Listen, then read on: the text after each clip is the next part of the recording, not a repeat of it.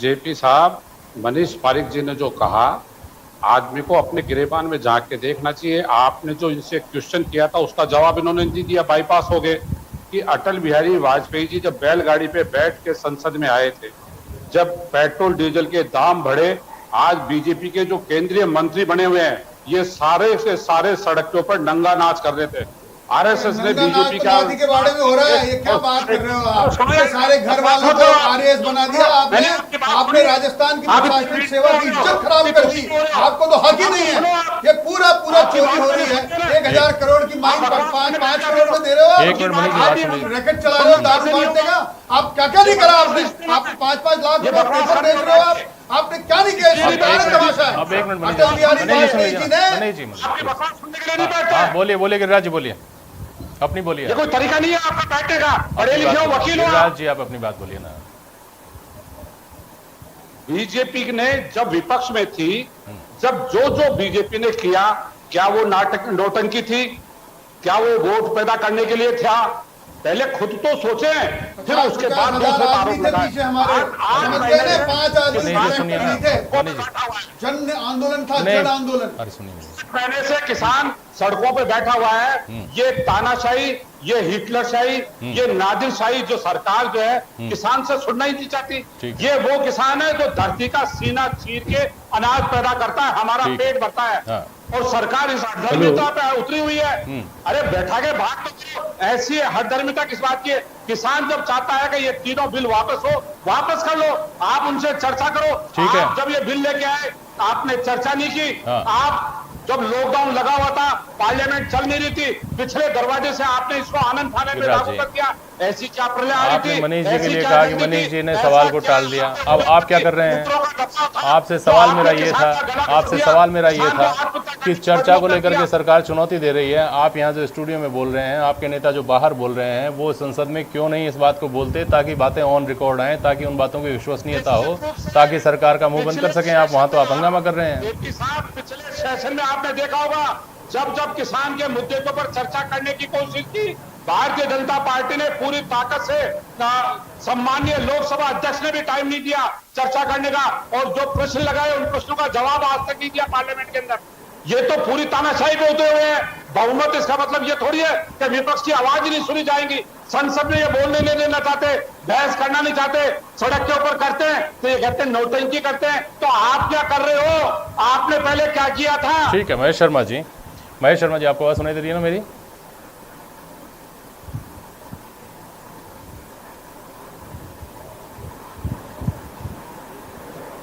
महेश शर्मा जी, आपको आवाज सुनाई दे रही है?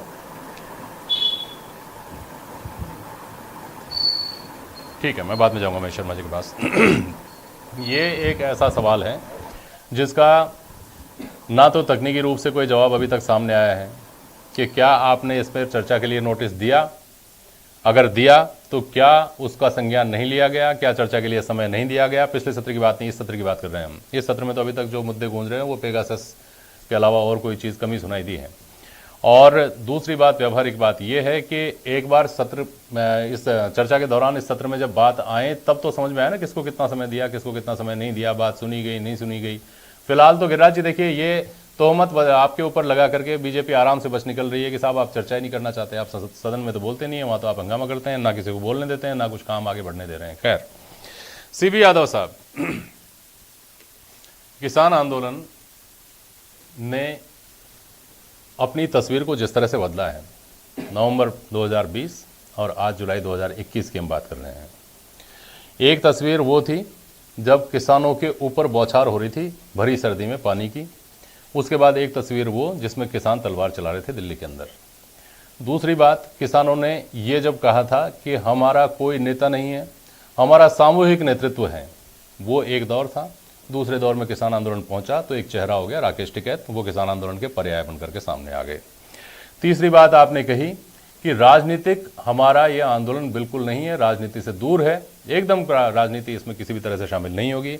आज आप ये अपेक्षा करते हैं कि विपक्ष हमारी बात को उठाए, विपक्ष की पार्टियां हमारे साथ में आएं। मैं ये समझना चाहता हूं कि आप लोगों को इस बात का अंदाजा है कि वो जो आंदोलन था, जो शुद्ध किसानों का आंदोलन दिखाई दे रहा था, जिसके साथ जनमानस भी था, भले ही मुखर नहीं था, भले ही वहाँ जाकर आपके साथ बैठा नहीं था, लेकिन उस वक्त ये लग रहा था कि ये रिलायबल लोग हैं, संघर्ष कर रहे हैं। आज इस आंदोलन की वो स्थिति पाते हैं क्या आप, सीबी यादव साहब? क्या ये सिरे से खारिज करना तो मुझे लगता है बहुत एक तरफा बात होगी। आज भी जनमानस उसी तरह से साथ है। आज भी 8 महीने से किसान लगातार ये आंदोलन चल रहा है, तो बिना समर्थन के नहीं चल सकता। जेपी जी, एक दिन नहीं चल सकता बिना समर्थन के।